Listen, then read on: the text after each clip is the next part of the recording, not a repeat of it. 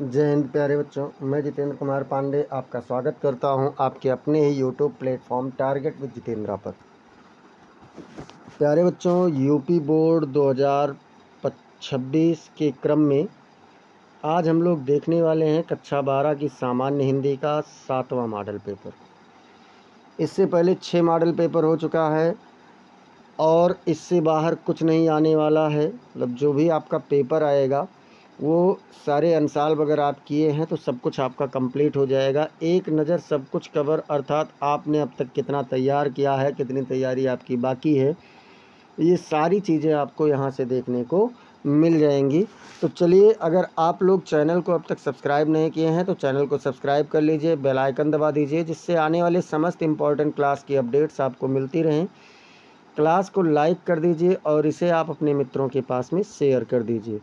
और चलिए हम शुरुआत करते हैं खंड का से। खंड का कह रहा है बच्चों, खंड का जो पहला क्वेश्चन है, पहले क्वेश्चन में 5 बहुविकल्पीय होता है, जिसमें पहला कह रहा है कि शिक्षा का उद्देश्य निबंध के लेखक हैं। शिक्षा का उद्देश्य एक निबंध है, कई बार पूछा भी गया है। तो इसके लेखक कौन है? भारतेंदु हरिश्चंद्र, या फिर संपूर्णानंद, या मोहन राकेश, या रामकृष्ण दास अर्थात राय कृष्ण दास। कौन है बच्चों? तो जो शिक्षा का उद्देश्य है, इस निबंध के लेखक हैं डॉक्टर संपूर्णानंद जी, इसलिए आपका दूसरा विकल्प सही उत्तर हो जाएगा। खा नंबर कह रहा है कि लल्लू लाल की रचना है। लल्लू लाल की रचना कौन सी है? सुख सागर, या फिर प्रेम सागर, या परीक्षा गुरु, या फिर रानी केतकी की कहानी। तो रानी केतकी की कहानी है इंसा अल्लाह खां की। किसकी है बच्चों? इंसा अल्लाह खां की है, इंसा अल्लाह खां। अगर हम बात करें परीक्षा गुरु तो इसके हैं लाला श्रीनिवास दास, लाला श्रीनिवास दास जी हैं। और अगर हम लोग बात करें सुख सागर की तो इसके हैं सदा सुखलाल। कौन है? सदा सुखलाल। अब बात आती है कि बचे कौन? प्रेम सागर। और प्रेम सागर किसकी रचना है? यह है लल्लू लाल जी की रचना। अब हम लोग चलते हैं प्रश्न संख्या गा नंबर पर। क्या कह रहा है? पर्दा कहानी के लेखक हैं। पर्दा कहानी के लेखक कौन है? मुंशी प्रेमचंद जी, या जयशंकर प्रसाद, या अमरकांत, या फिर यशपाल। तो बच्चों जो पर्दा कहानी है इसके लेखक हैं यशपाल जी। कौन है? तो यशपाल जी इसके लेखक हैं। बात करते हैं घा नंबर कह रहा है वारिस कहानी संग्रह है। मतलब वारिस कहानी संग्रह किसने लिखा है? कन्हैयालाल मिश्र प्रभाकर जी ने, या फिर प्रोफेसर जी सुंदर रेड्डी जी का है, या मोहन राकेश का है, या अज्ञे जी का है। तो बच्चों जो वारिस कहानी संग्रह है ये है मोहन राकेश जी का। तीसरा ऑप्शन आपका बिल्कुल सही उत्तर हो जाएगा। अंगा नंबर कह रहा है कि हरिशंकर परसाई की रचना है। कौन सी रचना है? तो बात करें कल्प वृक्ष है, या धरती के फूल, या फिर तब की बात और थी, या मेरे विचार।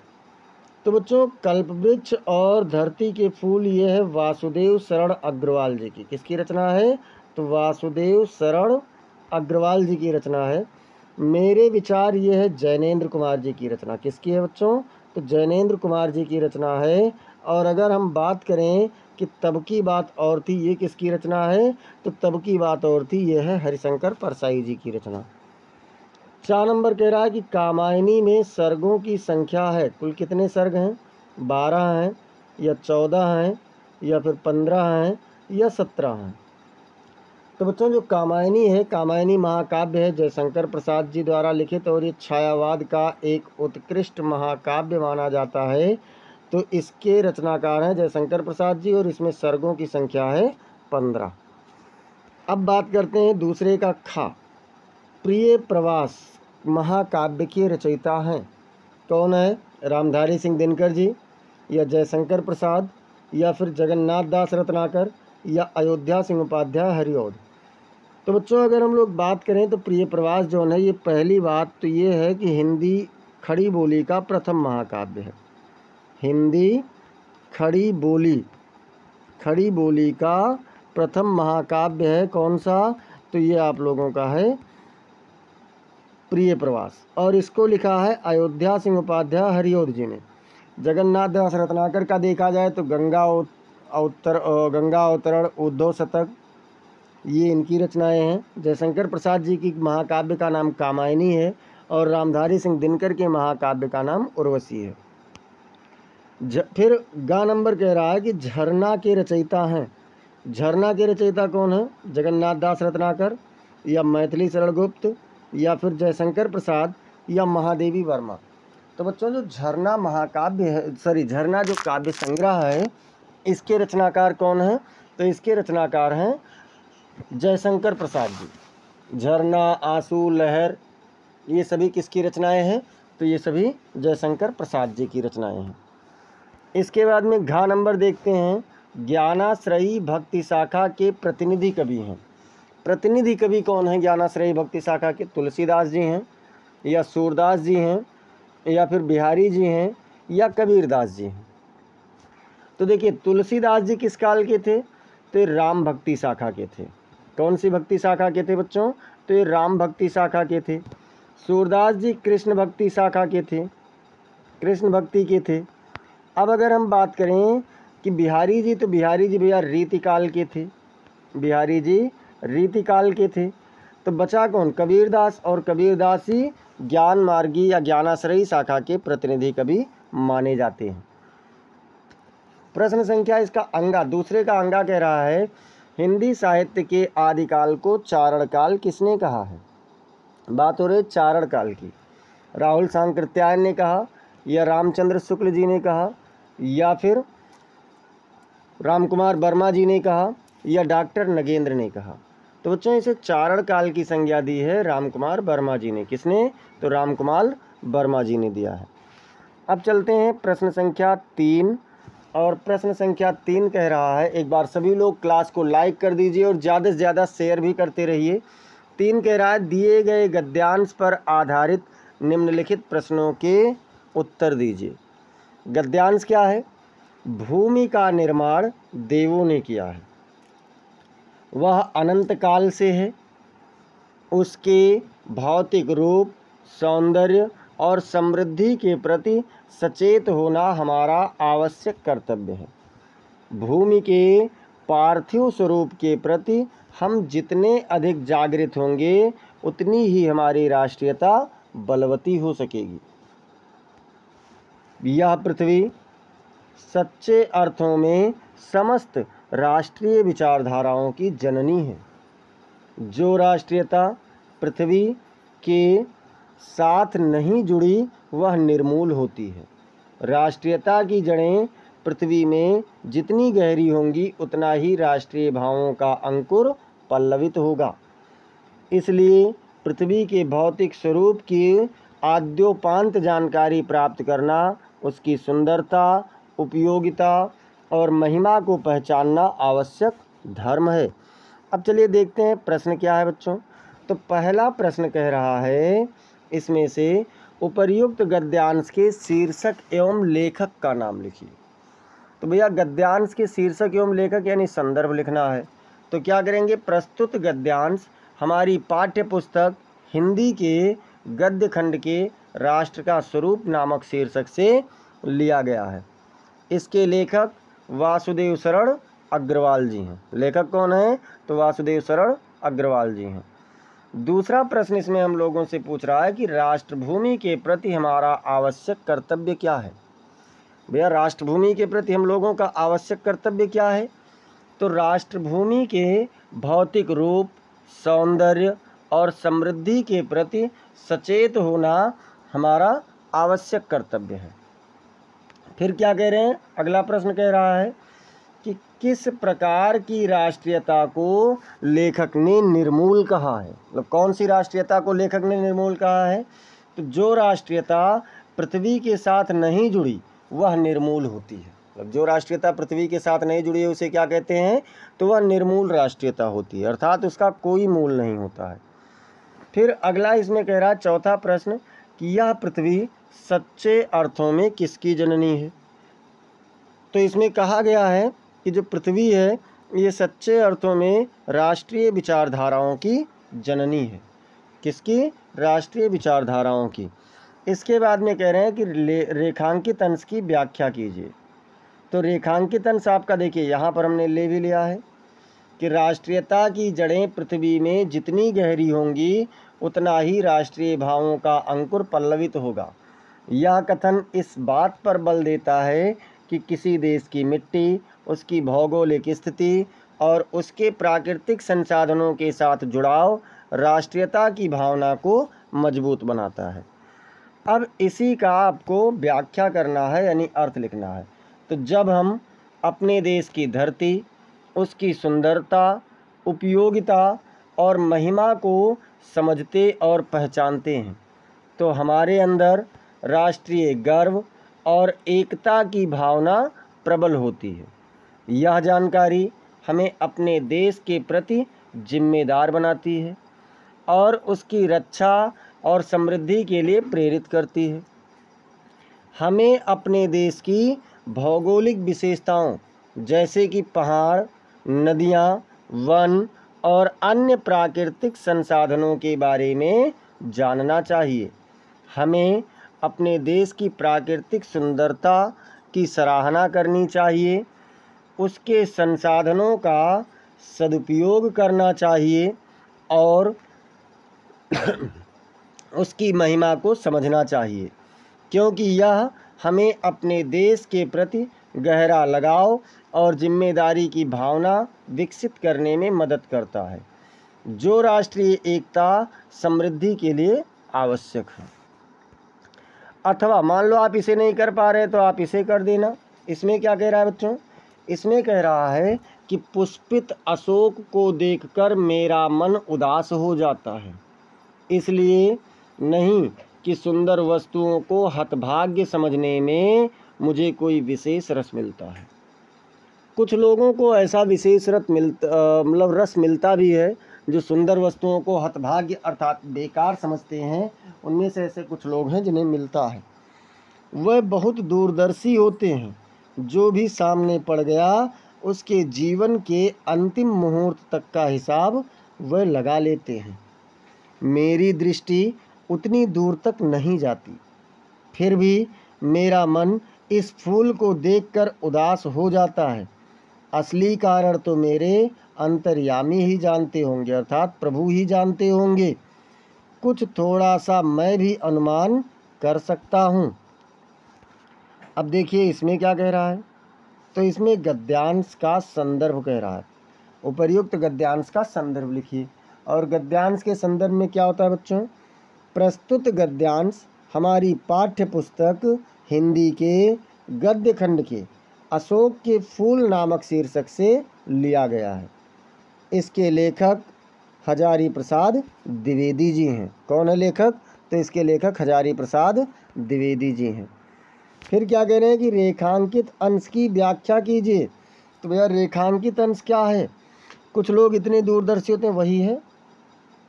तो कुछ लोग इतने दूरदर्शी होते हैं कि जो भी वस्तु या व्यक्ति उनके सामने आता है उसके भविष्य और अंत तक की कल्पना कर लेते हैं। अब देखिए गा नंबर कह रहा है कि गद्यांश के लेखक ने स्वयं के बारे में क्या कहा है। अपने बारे में लेखक ने क्या कहा है बच्चों? तो लेखक ने, गद्यांश के लेखक ने स्वयं के बारे में कहा है कि उनकी दृष्टि उतनी दूर तक नहीं जाती, अर्थात वह दूसरों की तरह दूरदर्शी नहीं है और उनका मन पुष्पित अशोक को देखकर उदास हो जाता है, जिसके कारण को वह पूरी तरह से नहीं समझ पाते। अब इसके बाद में देखते हैं घा नंबर क्या कह रहा है। तो घा नंबर कह रहा है कि प्रस्तुत गद्यांश का उद्देश्य स्पष्ट कीजिए, अर्थात इस गद्यांश का उद्देश्य क्या है। तो प्रस्तुत गद्यांश का उद्देश्य लेखक की व्यक्तिगत भावनाओं और उनके मन की स्थिति को प्रकट करना है, जो पुष्पित अशोक को देखकर उदास हो जाता है और इसके पीछे के कारणों को समझने की कोशिश करता है। फिर क्या कह रहा है बच्चों? अंगा नंबर कह रहा है अंतर्यामी और दूरदर्शी शब्दों के अर्थ लिखिए। तो भैया अंतर्यामी का अर्थ क्या होता है?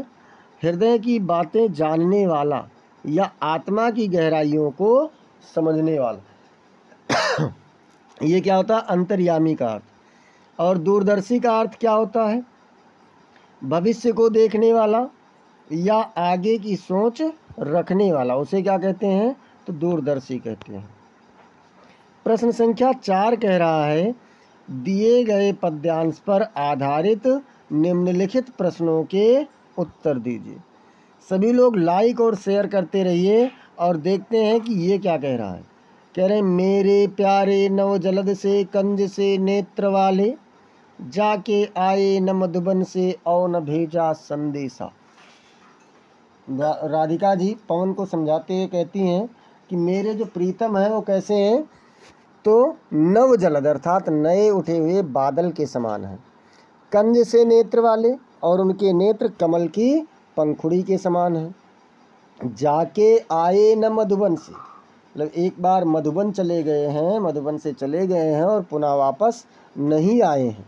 और न भेजा संदेशा, और ना ही उन्होंने मेरे पास कोई संदेश भेजा है। मैं रो रो के प्रिय विरह से बावली हो रही हूँ, जाके मेरी सब दुख कथा श्याम को तू सुना दे। मैं अपने प्रीतम के अलग होने के, यानी विरह, उनके अलगाव के दुख से रो रो करके पागल होती हुई जा रही हूँ, इसलिए मेरी सारी दुख कथा जा कर के तुम श्याम अर्थात श्री कृष्ण जी को सुना दो। अब देखते हैं बच्चों प्रश्न क्या है। तो प्रश्न इसमें से का नंबर कह रहा है कि प्रस्तुत गद्यांश का संदर्भ लिखिए। भैया इस गद्यांश का आपको क्या करना है? तो इसका आपको संदर्भ लिखना है। और क्या कह रहा है? प्रस्तुत गद्यांश हमारी पाठ्य पुस्तक हिंदी के पद्य खंड के पवन दूतिका नामक शीर्षक से अवतरित है। इसके लेखक ने यहाँ रचयिता होना चाहिए। इसके रचयिता अयोध्या सिंह उपाध्याय हरियोध जी हैं। फिर क्या कह रहे हैं? पवन दूतिका द्वारा किसने किसको संदेश भेजा है? पवन दूतिका के द्वारा भैया किसने भेजा संदेश और किसे भेजा है, दोनों आप लोगों को बताना है। तो राधा जी ने किसे भेजा है? राधा जी ने पवन दूतिका द्वारा श्री कृष्ण को संदेश भेजा है। अगला प्रश्न आप लोगों से क्या कह रहा है? रेखांकित अंश की व्याख्या कीजिए। मतलब जाके आए न मधुबन से और न भेजा संदेशा, तो क्या है? इसका अर्थ है कि श्री कृष्ण जी मधुबन चले गए हैं और वहाँ से नहीं आए और ना ही कोई संदेश भेजा है। फिर घ नंबर क्या कह रहा है कि प्रस्तुत पद्यांश में श्री कृष्ण के सौंदर्य का वर्णन किस प्रकार किया गया है? तो कैसे किया गया है? श्री कृष्ण के सौंदर्य का वर्णन नव जलद से कंज से नेत्र वाले के रूप में किया गया है, जिसका अर्थ है कि उनके नेत्र नए बादलों जैसे कमल के समान हैं। अब देखिए अंगा नंबर इसमें से पूछ रहा है, प्रस्तुत पद्यांश में प्रयुक्त रस तथा उसका अस्थाई भाव लिखिए। तो क्या बच्चों? श्रृंगार रस है और अस्थाई भाव श्रृंगार का क्या होता है? रति अर्थात प्रेम होता है। अथवा क्या कह रहे हैं? लज्जाशीला पथिक महिला जो कहीं दृष्टि आए, होने देना विकृत वसना तो न तू सुंदरी को। जो थोड़ी सी श्रमिक हो वह हो गोद ले श्रांति खोना, होठों की यो कमल मुख की म्लानताएं मिटाना। राधिका जी कह रहे हैं कि यदि रास्ते में तुम्हें कोई लज्जाशील राही महिला दिखाई पड़ जाए तो तुम्हें क्या करना है? उस वस्त्रों को अस्त व्यस्त नहीं होने देना है। और क्या करना? जो थोड़ी सी श्रमिक वह हो, अगर वह तुम्हें थोड़ी सी भी थकी हुई दिखाई दे तो उसे अपने गोद में ले लेना, उसकी थकान को मिटा देना। उसके जो होंठ हैं और कमल रूपी मुख हैं उसका म्लानताएं अर्थात उसकी उदासियों को, उसकी थकानों को मिटा देना। कोई क्लांता कृषक ललना खेत में जो दिखावे, जाता कोई जलद यदि हो व्योम में तो उसे ला। धीरे धीरे परस उसकी क्लांतियों को मिटाना, छाया द्वारा सुखित करना तप्त भूतांगना को। क्या कहा कि यदि रास्ते में कोई क्लांता मतलब थकी हुई, कृषक ललना मतलब किसान की स्त्री खेत में अगर दिखाई पड़े, यदि तुम्हें रास्ते में किसान की कोई थकी हुई स्त्री दिखाई दे तो क्या करना, पहले देखना कि जाता कोई जलद यदि हो व्योम में तो उसे ला, यदि आकाश में कोई बादल का टुकड़ा जा रहा हो तो उसे ले आना। कहाँ ले आना, सूर्य के सामने कर देना और छाया हो जाएगी। धीरे धीरे परस उसकी क्लांतियों को मिटाना, उसे धीरे धीरे स्पर्श करना और उसकी थकान को मिटा देना। छाया द्वारा सुखित करना तप्त भूतांगना को, और उस तपित यानी गर्मी से परेशान, भूतांगना मतलब भी स्त्री होता है, उस गर्मी से परेशान स्त्री को छाया दे करके थोड़ा सा सुखी कर देना, अर्थात उसकी थकान को दूर कर देना। अब देखते हैं कि इसमें क्या कह रहे हैं। तो देखिए कि इसमें क्या कहा जा रहा है। इसमें कहा जा रहा है उपर्युक्त पद्यांश का संदर्भ लिखिए। तो भैया देख लेते हैं। प्रस्तुत पद्यांश हमारी पाठ्य पुस्तक हिंदी के काव्य खंड के पवन दूतिका नामक शीर्षक से लिया गया है। बिल्कुल सही है, एक ही पाठ का दोनों पद्यांश यहाँ पर आपका आ गया। इसके रचयिता अयोध्या सिंह उपाध्याय हरिओध जी हैं। दूसरा इसमें कह रहा है कि रेखांकित अंश की व्याख्या कीजिए, मतलब तो रेखांकित अंश की व्याख्या देख लीजिए। प्रस्तुत अंश में कवि कहता है कि राधा जी पवन को जब अपनी संदेशवाहिका बनाकर श्री कृष्ण के पास भेजती हैं तो उसे समझाती हैं। क्या समझाती हैं कि यदि रास्ते में कोई लज्जाशीला पथिक महिला मिले तो तुम उसके पास से इतने धीमे धीमे निकलना, इतनी धीमे धीमे गुजरना कि उसकी वस्त्रों को अस्त व्यस्त मत होने देना, जिससे उसे किसी भी प्रकार से अपमानित ना होना पड़े। अब देखते हैं बच्चों इसके बाद में क्या कह रहे हैं। तो इसके बाद में कह रहा है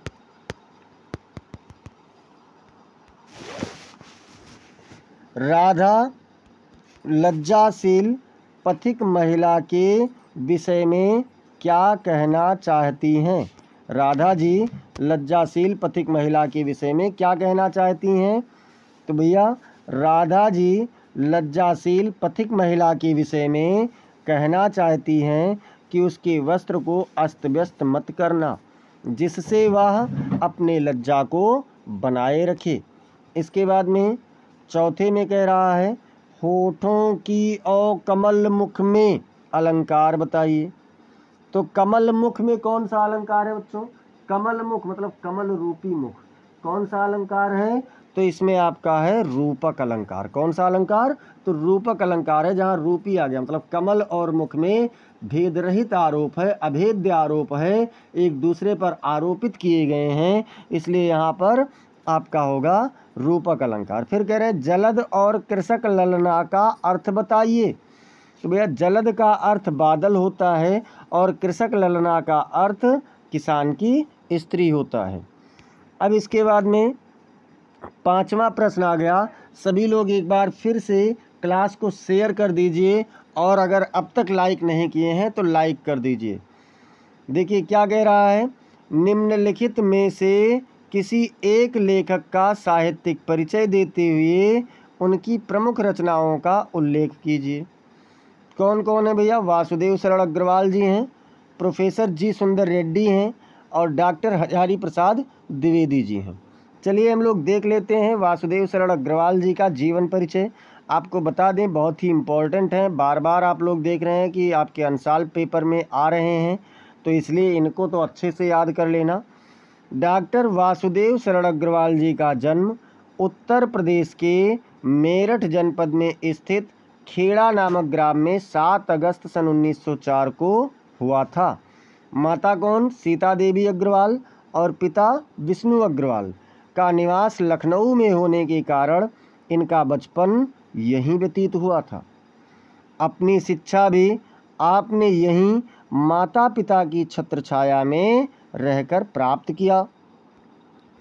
प्रारंभिक शिक्षा की बात हो रही, प्राप्त किया। उसके बाद में फिर क्या होता है बच्चों, तत्पश्चात काशी हिंदू विश्वविद्यालय से स्नातक होने के बाद इन्होंने एमए, पीएचडी तथा डीलिट की उपाधियां लखनऊ विश्वविद्यालय से प्राप्त की।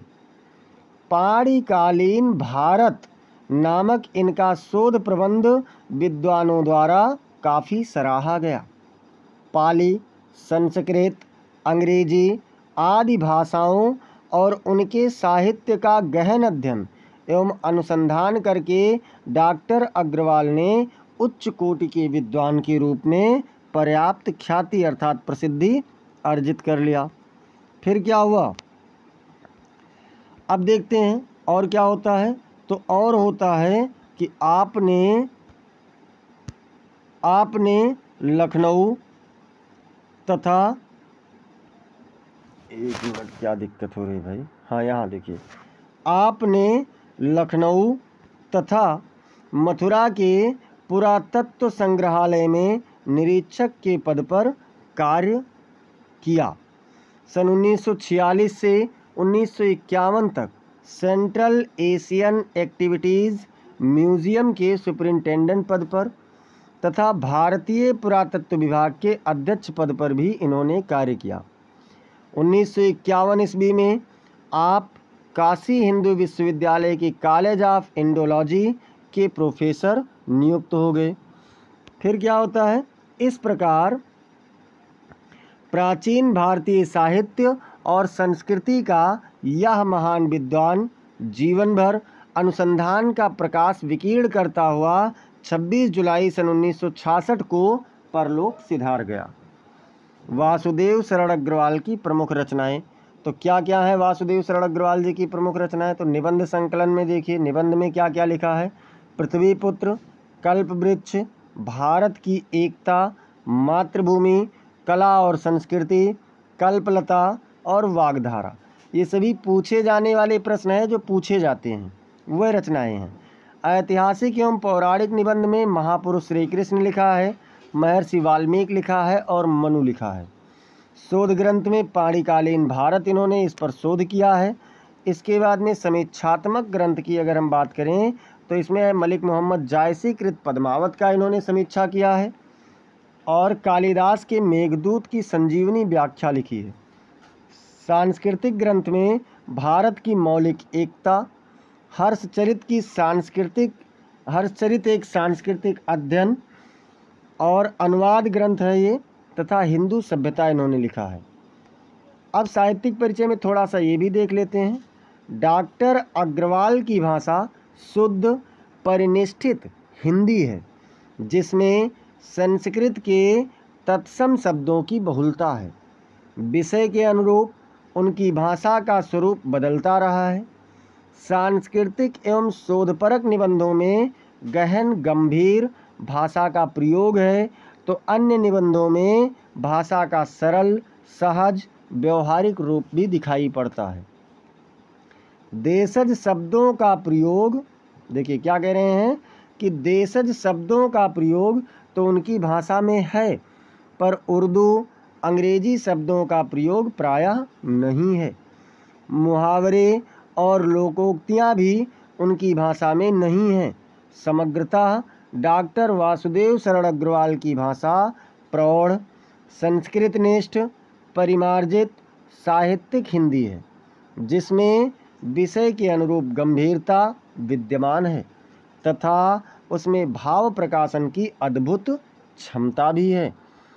तो इस प्रकार से हम लोगों ने देखा डॉक्टर वासुदेव शरण अग्रवाल को। अब खा नंबर पर देखते हैं क्या कह रहे हैं। खा नंबर पर इसमें कि निम्नलिखित में से किसी एक कवि का साहित्यिक परिचय देते हुए उनकी प्रमुख कृतियों का उल्लेख कीजिए। और अधिकतम शब्द सीमा कितनी होनी चाहिए बच्चों, तो अधिकतम शब्द सीमा होनी चाहिए 80 शब्द। कौन कौन है इसमें ये देख लेते हैं। तो इसमें कौन कौन से हैं, एक तो हैं जयशंकर प्रसाद जी, दूसरे हैं रामधारी सिंह दिनकर जी और तीसरे हैं अयोध्या सिंह उपाध्याय हरिऔध जी। चलिए हम लोग देख लेते हैं रामधारी सिंह दिनकर जी का, क्योंकि एक में एक ही देखो ज़्यादा सही है।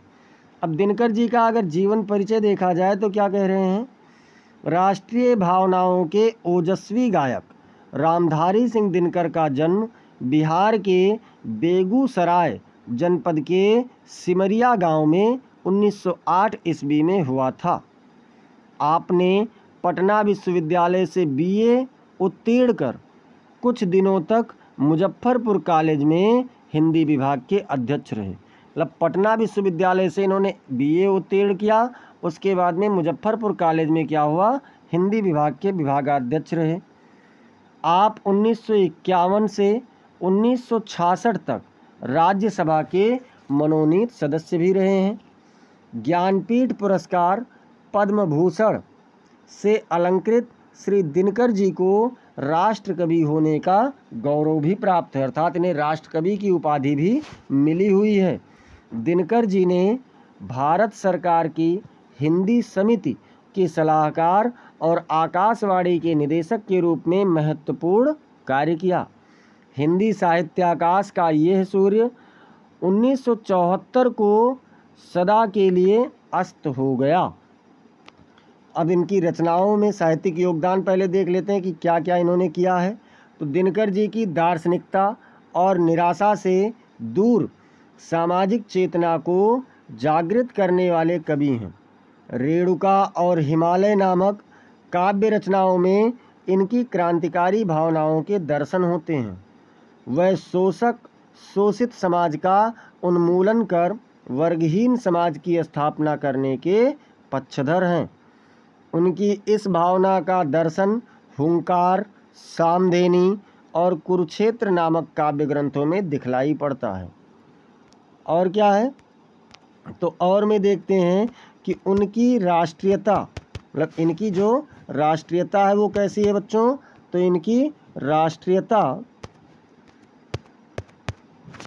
एक मिनट, हाँ, इनकी राष्ट्रीयता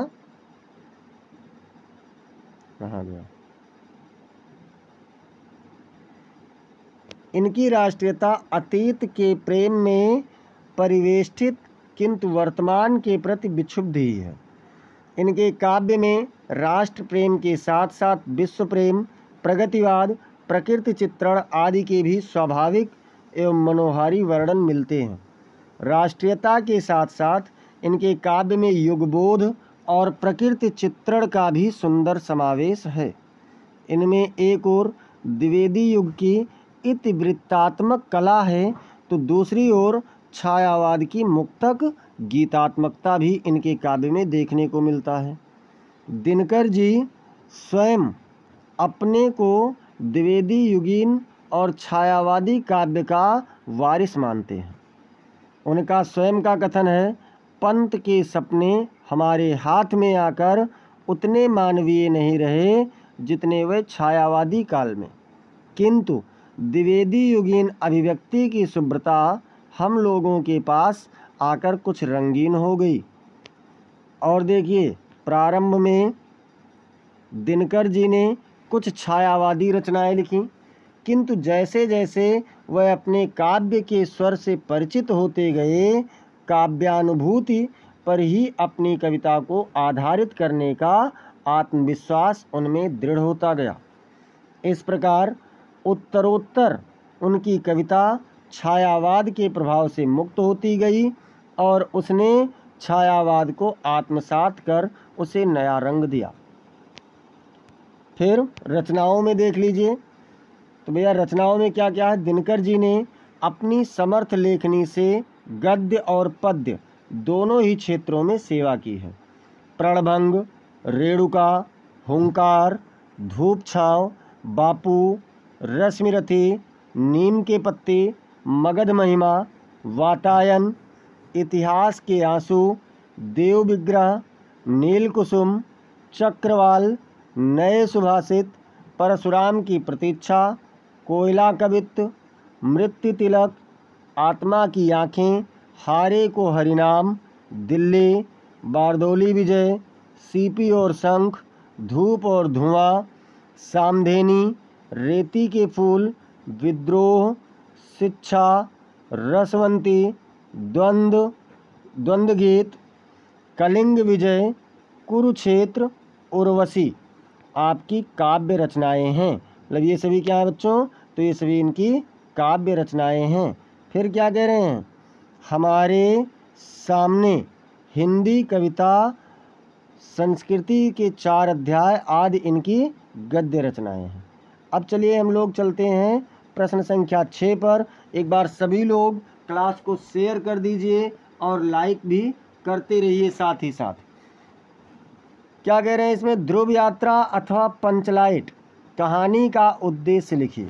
ध्रुव यात्रा अथवा पंचलाइट कहानी का आपको उद्देश्य लिखना है और शब्द सीमा 80 शब्द होना चाहिए। चलिए देखते हैं पंचलाइट कहानी।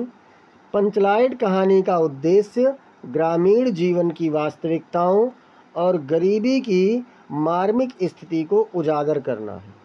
यह कहानी एक गरीब परिवार की संघर्षपूर्ण स्थिति को दर्शाती है जो बिजली की सुविधा से वंचित है और पंचायत के माध्यम से एक लाइट प्राप्त करने की कोशिश करता है। कहानी में गरीबी, संघर्ष और सामाजिक असमानता के मुद्दों को उठाया गया है। यह कहानी ग्रामीण जीवन की कठिनाइयों और सरकारी योजनाओं की कमियों को भी उजागर करती है। कहानी का मुख्य पात्र गोधन एक गरीब आदमी है जो अपने परिवार के लिए बिजली की सुविधा प्राप्त करने के लिए संघर्ष करता है, लेकिन अंततः उसे निराशा ही हाथ लगती है। अथवा क्या कह रहा है बच्चों कि बहादुर कहानी का कथा वस्तु का सार लिखिए। तो देखिए वहाँ हम लोगों ने पंचलाइट कर लिया। अब यहाँ पर क्या करना है? तो बहादुर कहानी का सारांश लिख लेते हैं। और बहादुर कहानी का सारांश देखिए क्या कहता है। यह कहानी अमरकांत जी द्वारा लिखित है, जिसमें एक मध्यम वर्गीय परिवार के नौकर के साथ परिवारजनों द्वारा किए गए अत्यंत कटु व्यवहार का वर्णन है। बहादुर एक 12-13 वर्षीय लड़का है। बहादुर कौन है? तो बहादुर एक 12-13 वर्षीय या 12-13 साल का छोटा लड़का है जो नेपाल से आया है और निर्मला के परिवार में नौकर के रूप में काम करता है। प्रारंभ में निर्मला और उसका परिवार बहादुर के प्रति अच्छा व्यवहार करते हैं, लेकिन बाद में वह उसके साथ कठोरता से पेश आने लगते हैं। बहादुर को घर का सारा काम करना पड़ता है और उसे गाली गलौज और मारपीट का सामना भी करना पड़ता है। फिर क्या होता है? एक दिन बहादुर पर झूठा आरोप लगाया जाता है कि उसने 11 रुपये चुराए हैं, जिससे वह आहत होकर घर छोड़कर चला जाता है। बाद में परिवार के सदस्य बहादुर की अनुपस्थिति में उसकी उपयोगिता को महसूस करते हैं और उसके प्रति किए गए अत्याचारों के लिए पश्चाताप करते हैं। कहानी में बहादुर के चरित्र की सहनशीलता और स्वाभिमान को उजागर किया गया है। 7वां प्रश्न देखते हैं। 7वां प्रश्न क्या कह रहा है बच्चों? तो 7वां प्रश्न कह रहा है कि स्वपठित खंडकाव्य के आधार पर किसी एक खंड के एक प्रश्न का उत्तर दीजिए। अधिकतम शब्द सीमा 80 शब्द।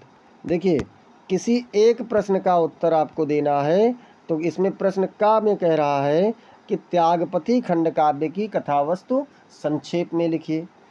दूसरा प्रश्न है त्यागपति खंड काव्य के आधार पर हर्षवर्धन का चरित्रांकन कीजिए, अर्थात चरित्र चित्रण कीजिए।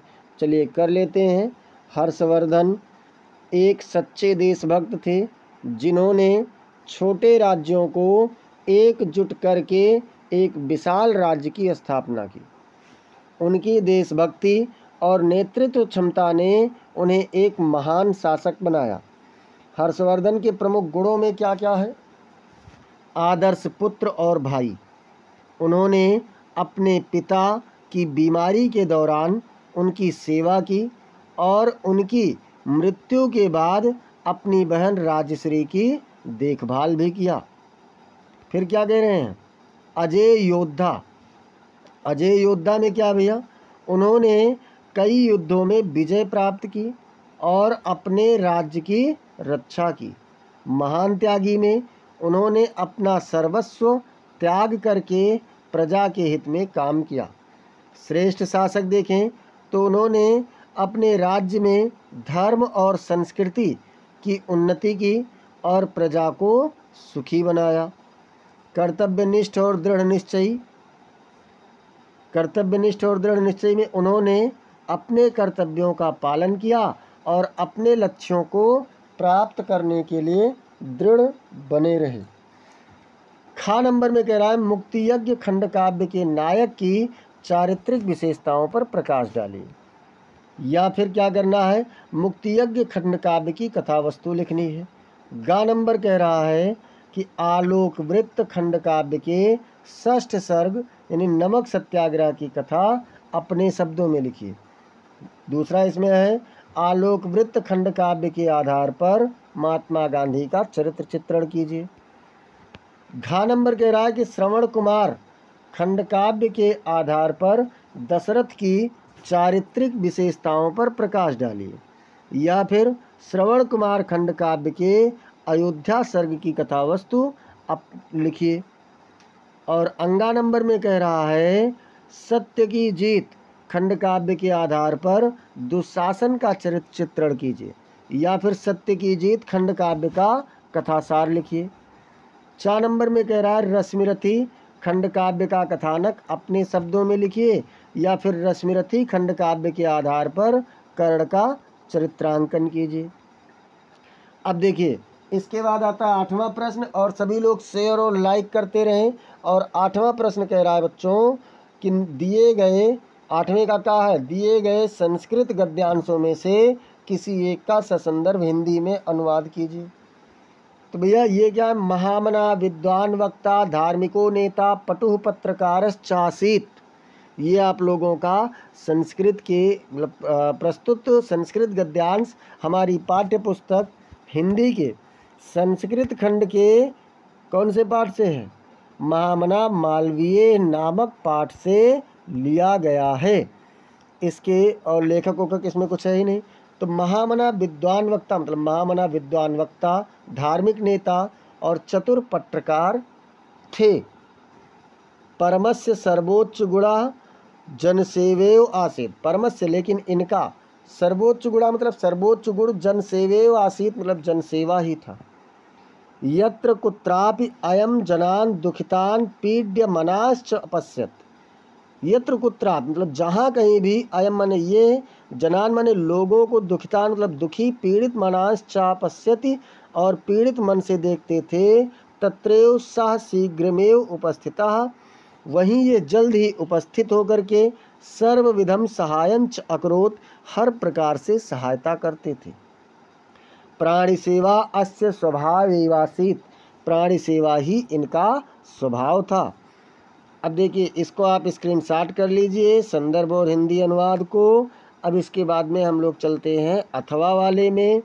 अथवा वाले में देख लीजिए, कह रहे हैं हंस राजा तदेव परिस्मध्ये आत्मना भाग्नेयाय हंस पोतकाय दुहितरम अच्छत, मतलब ये आपका है जातक कथा से। तो प्रस्तुत संस्कृत गद्यांश हमारी पाठ्य पुस्तक हिंदी के संस्कृत खंड के जातक कथा नामक पाठ से लिया गया है। हंस राजा तदेव परिस्मध्ये, हंसराज वहीं सभा के बीच में, आत्मना भाग्ने आए मतलब अपनी पुत्री, हंस पोतकाय मतलब हंस पोतिका को, दुहितरम अच्छत मतलब हंस को प्रदान कर दिया। मयूरो हंस पोतिकाय प्राप्य, मयूर भी हंस पोतिका को ना पा करके लज्जिता मतलब लज्जित हो गया। तस्मात् स्थानात् पलायिता, वहाँ उस स्थान से पलायन कर गया अर्थात चला गया। हंसराजो अपि हृष्ट मानसा स्वगृहम अगच्छत, हंसराज भी प्रसन्न मन से अपने घर को चले गए।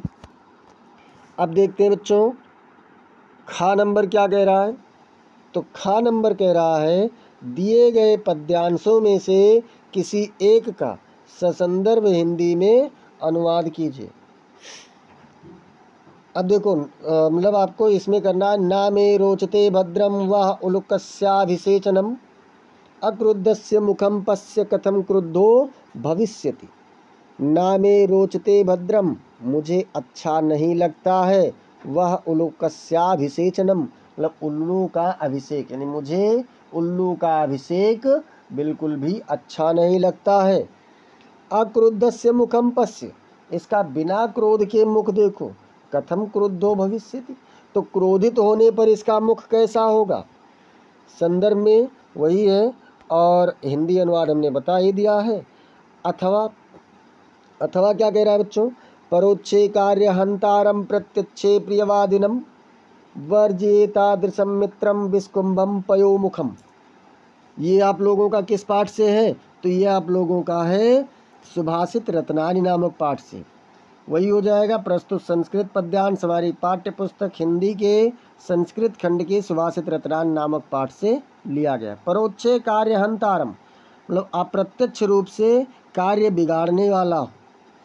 प्रत्यक्षे प्रियवादिनम, और प्रत्यक्ष रूप से प्रिय बोलने वाला हो।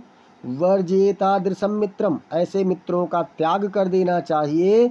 विस्कुंभम पयोमुखम, जैसे दूध से भरे हुए घड़े के भीतर, मतलब दूध मुख पर लगा हो और भीतर जहर भरा हुआ हो। अब देखते हैं बच्चों 9वां प्रश्न। प्रश्न नंबर 9 कह रहा है, निम्नलिखित मुहावरों में से किसी एक का अर्थ लिखकर वाक्य में प्रयोग कीजिए। तो कौन सा है। पहला है दाल में काला होना। अर्थ क्या है, किसी कार्य या योजना में कोई गड़बड़ी या खोट होना। वाक्य प्रयोग चलिए देख लेते हैं क्या कह रहे हैं।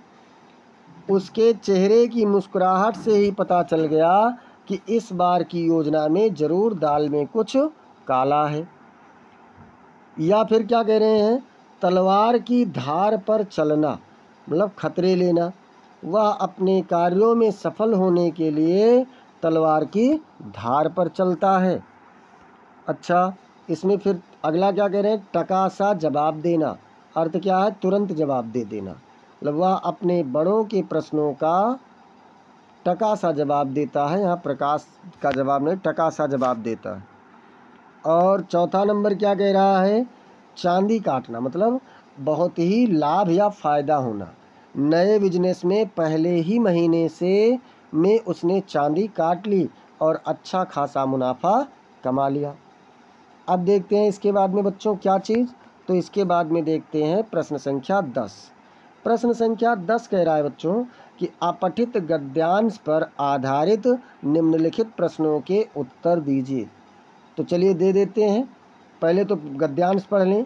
वैज्ञानिकों का मानना है कि पृथ्वी पर सर्वप्रथम अस्तित्व में आने वाले एक कोशिकीय जीव अमीबा एवं पैरामीशियम के जन्म के पीछे मीथेन ही कारक रही है। प्राप्त जानकारी के अनुसार मंगल की सतह पर स्थित चट्टानों में लौह तत्व की प्रधानता है। फलस्वरूप हवा की उपस्थिति में वहाँ जंग लगने की प्रक्रिया स्वाभाविक रूप से चलती रहती है। इसी कारण इस ग्रह की मिट्टी लाल है और आंधी चलने पर यहाँ का वातावरण गुलाबी बादलों से भर जाता है। इन्हीं कारणों से मंगल ग्रह को लाल ग्रह भी कहा जाता है। मंगल ग्रह पर पहुँचने वाला भारत पहला एशियाई देश बन गया है। अब चलिए देखते हैं इससे संबंधित प्रश्न क्या है। तो प्रश्न पहला इसमें पूछ रहा है बच्चों कि मंगल की सतह पर चट्टानों में किस तत्व की प्रधानता है, कौन से तत्व की अधिकता है। तो मंगल की सतह पर स्थित चट्टानों में लौह तत्व की प्रधानता है। कौन से तत्व की, तो लौह तत्व की है। अगला पूछ रहा है कि मंगल ग्रह की मिट्टी किस कारण से लाल है। भैया क्यों लाल है मंगल ग्रह की मिट्टी, तो देखिए मंगल की सतह पर स्थित चट्टानों में लौह तत्व की प्रधानता है।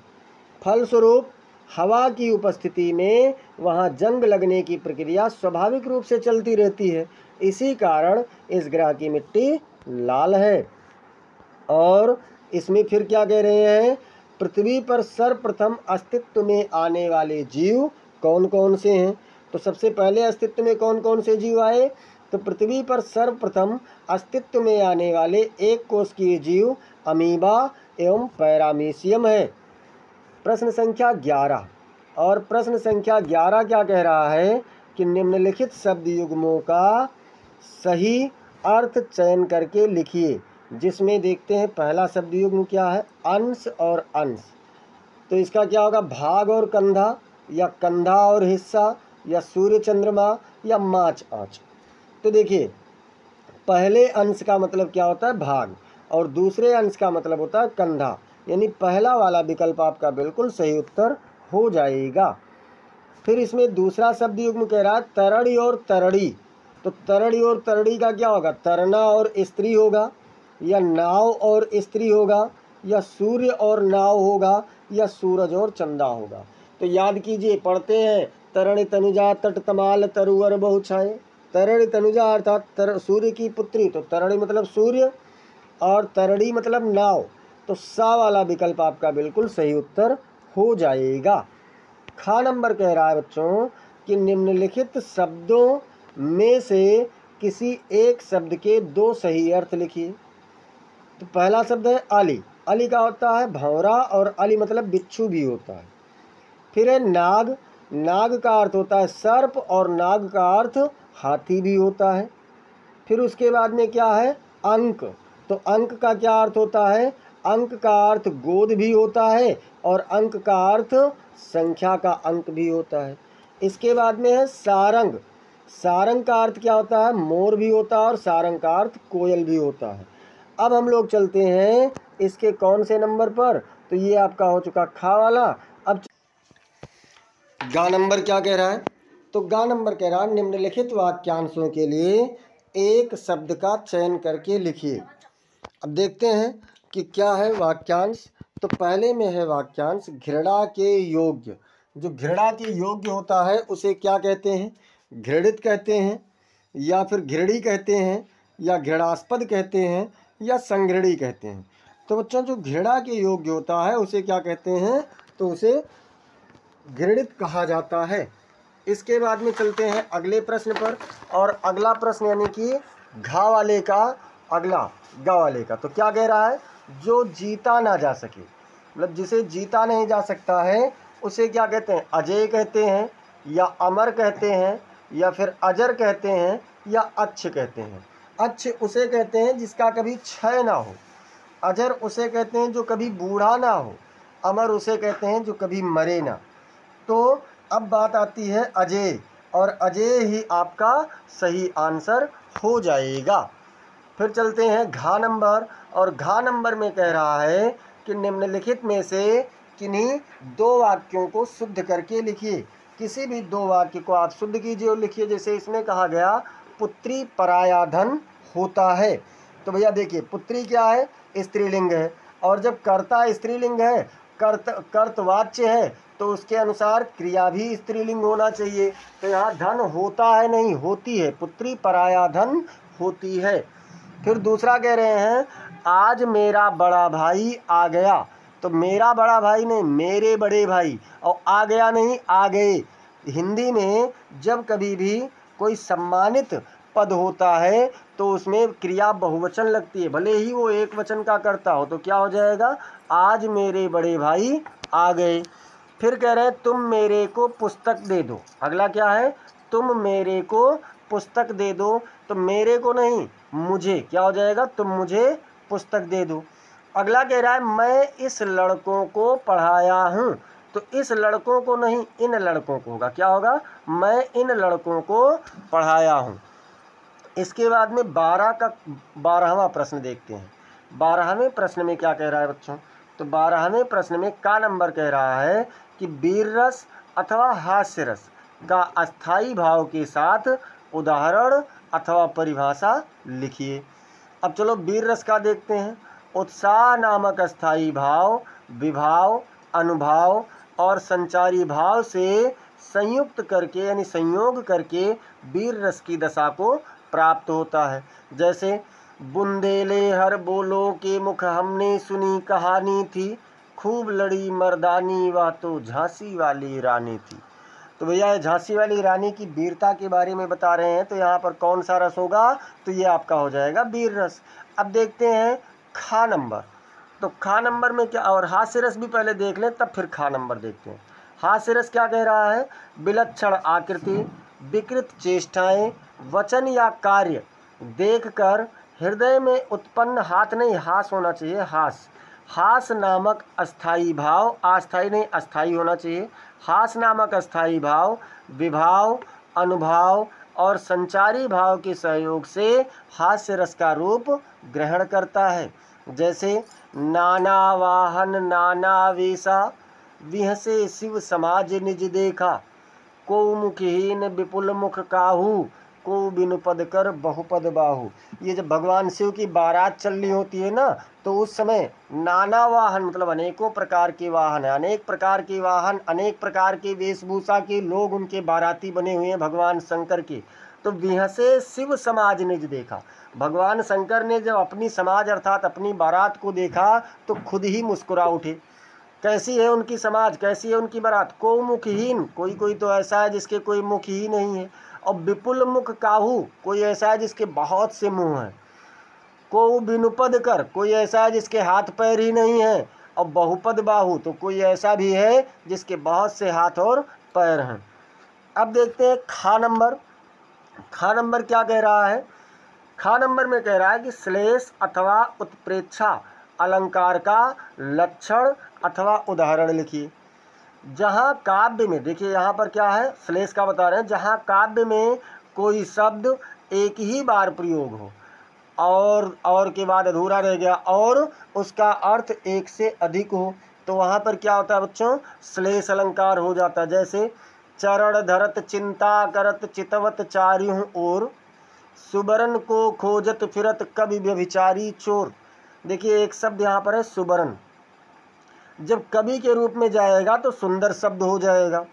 व्यभिचारी अर्थात जो विलासी पुरुष होता है उसके अर्थ में जाएगा तो सुंदर स्त्री हो जाएगा, और चोर के अर्थ में जाएगा तो धन यानी सोना हो जाएगा। तो जब ये तीनों चलते हैं, जैसे कोई कवि चल रहा है तो जैसे कदम बढ़ा रहा है तो चिंतित है, विचार मग्न है और चारों ओर देखते हुए चल रहा है, सुंदर शब्दों को खोज कर रहा है। कोई व्यभिचारी चल रहा है तो वो भी चल रहा है, चिंतित है, कदम बढ़ा रहा है, चिंतित है और सुंदर स्त्री को खोजते हुए चल रहा है। चोर चल रहा है तो वो धन की तलाश करते हुए विचरण कर रहा है। इसके बाद उत्प्रेक्षा अलंकार भी देख लेते हैं। उत्प्रेक्षा अलंकार में क्या कह रहा है कि जहाँ उपमेय में उपमान की भिन्नता जानते हुए भी उपमेय में उपमान की संभावना की जाए, वहाँ उत्प्रेक्षा अलंकार होता है। मतलब हम लोग ये जानते हैं कि हाँ उपमेय और उपमान अलग अलग हैं, लेकिन फिर भी संभावना कर रहे हैं। जैसे तरड़ तनुजा तट तमाल तरवर बहु छाए, झुके कूल सो जल परसन हित मनहु सुहाई। मतलब तरड़ तनुजा अर्थात सूर्य की पुत्री अर्थात यमुना नदी के तट पर सुंदर सुंदर बहुत से वृक्ष चारों ओर से छाए हुए हैं। ऐसे प्रतीत होता है मानो वहाँ पर वो जल को स्पर्श करने के लिए आए। मनोह जनु जानो मनु मानो जनह मनोह, ये सभी क्या है, ये सभी उत्प्रेक्षावाचक शब्द हैं। अब गा नंबर पर देखते हैं, दोहा अथवा सोरठा छंद का मात्रा सहित लक्षण तथा उदाहरण लिखिए। तो दोहा में देखते हैं यह एक अर्ध सम्मात्रिक छंद है जिसमें 4 चरण होते हैं। इसके पहले और तीसरे चरण में 13-13 मात्राएं होती हैं, पहले और तीसरे में 13-13 मात्राएं होती हैं और दूसरे तथा चौथे चरण में 11 मात्राएं होती हैं। जैसे भरत ही हो इन राज मधु विध हरि हरि पद पाए, कबहु की कांजी सी करनी क्षीर सिंधु बिनसाए। तो भरत ही सब पर एक एक मात्रा है, 4 मात्रा हो गया। होई में 2 और 1 है, 4 3 7 हो गया, 1 8 2 10 11 12 13 मात्रा पहले चरण में हो गया। ऐसे विधि में विधि पर 1 1 है, मतलब 2 मात्रा, हरि पर भी 1 1 है, 2 मात्रा, हर पर भी 2 है, तो 6 हो गया। पद पर 2, 6 2 8 और पा पर 1 2 है और ई पर 1 है, कुल मिलाकर के 13 11 का क्रम सेट हो रहा है। इसके बाद में बच्चों प्रश्न संख्या 13 कह रहा है कि दैनिक समाचार पत्र में प्रकाशित विज्ञापन के आधार पर संविदा सफाई कर्मी पद पर नियुक्ति हेतु संबंधित जनपद के जिलाधिकारी को एक आवेदन पत्र लिखिए। अथवा क्या करना है, अथवा किसी बैंक की स्थानीय शाखा प्रबंधक को अपनी पुस्तक की दुकान खोलने हेतु ऋण प्राप्ति के लिए एक आवेदन पत्र लिखना है। उत्तर में देख लीजिए, उत्तर में क्या कह रहा है, यहाँ से सेवा में श्रीमान शाखा प्रबंधक महोदय, भारतीय स्टेट बैंक, धानेपुर, गोंडा। चलिए देख लेते हैं विषय में भैया हमें कोई व्यवसाय शुरू करने के लिए ऋण लेना है, तो पुस्तक की दुकान खोलने के लिए ऋण प्राप्ति के लिए आवेदन। महोदय, मैं निवासी धानेपुर आपके बैंक की स्थानीय शाखा में एक आवेदन प्रस्तुत करने के लिए आया हूँ। मैं अपनी पुस्तक की दुकान खोलने के लिए ऋण प्राप्त करने के लिए आवेदन कर रहा हूँ। मेरी योजना एक पुस्तक की दुकान खोलने की है, जिसमें मैं विभिन्न प्रकार की पुस्तकें बेचूंगा। मुझे लगता है कि यह एक अच्छा व्यावसायिक अवसर है और मैं इसे सफलतापूर्वक चला सकता हूँ। मुझे ऋण की आवश्यकता है जो 1 लाख होगी। मैं इस ऋण को 6 महीने की अवधि में चुकाने का वादा करता हूँ। मैंने एक व्यावसायिक योजना तैयार की है, जिसमें मैंने अपने व्यवसाय के लक्ष्यों, वित्तीय प्रक्षेपण और ऋण चुकौती की योजना का विवरण दिया है। मैं आपके समक्ष निम्नलिखित दस्तावेज प्रस्तुत करता हूँ। बिना दस्तावेज के कोई बैंक आपको कर्ज तो देगा नहीं, तो क्या है दस्तावेज में? व्यवसायिक योजना है, पहचान पत्र है, पता प्रमाण पत्र है, आय प्रमाण पत्र है, अन्य आवश्यक दस्तावेज भी हैं। अब देखिए, अब क्या कह रहे हैं, मैं आपसे अनुरोध करता हूं कि मेरे आवेदन पर विचार करें और मुझे ऋण प्रदान करें। मैं आपके बैंक की शर्तों और नियमों का पालन करने के लिए तैयार हूं। धन्यवाद। आपका विश्वासी काका गा। ये इधर सेट होगा, इधर आपका डेट पड़ जाएगा। अब प्रश्न संख्या 14 कह रहा है बच्चों। 14 नंबर क्या है? निम्नलिखित विषयों में से किसी एक विषय पर अपनी भाषा शैली में निबंध लिखना है। कौन सा है? पर्यावरण प्रदूषण है, विद्यालयों में स्वास्थ्य शिक्षा का महत्व है, शिक्षा का गिरता स्तर है, इंटरनेट लाभ और हानियां हैं, भारतीय कृषि एवं विज्ञान है। चलिए हम लोग देखते हैं विद्यालयों में स्वास्थ्य शिक्षा का महत्व। सभी लोग क्लास को एक बार लाइक कर दीजिए और शेयर कर दीजिए जोरदार तरीके से। लास्ट क्वेश्चन आप लोगों का है और आंसर भी लास्ट ही है। विद्यालयों में स्वास्थ्य शिक्षा का महत्व। विद्यालयों में स्वास्थ्य शिक्षा का महत्व बहुत अधिक है। स्वास्थ्य शिक्षा छात्रों को अपने शारीरिक और मानसिक स्वास्थ्य के बारे में जागरूक करती है। इससे वह स्वस्थ जीवन शैली अपनाने के लिए प्रेरित होते हैं। स्वास्थ्य शिक्षा के माध्यम से छात्र स्वच्छता, पोषण, व्यायाम और मानसिक स्वास्थ्य के महत्व को समझते हैं।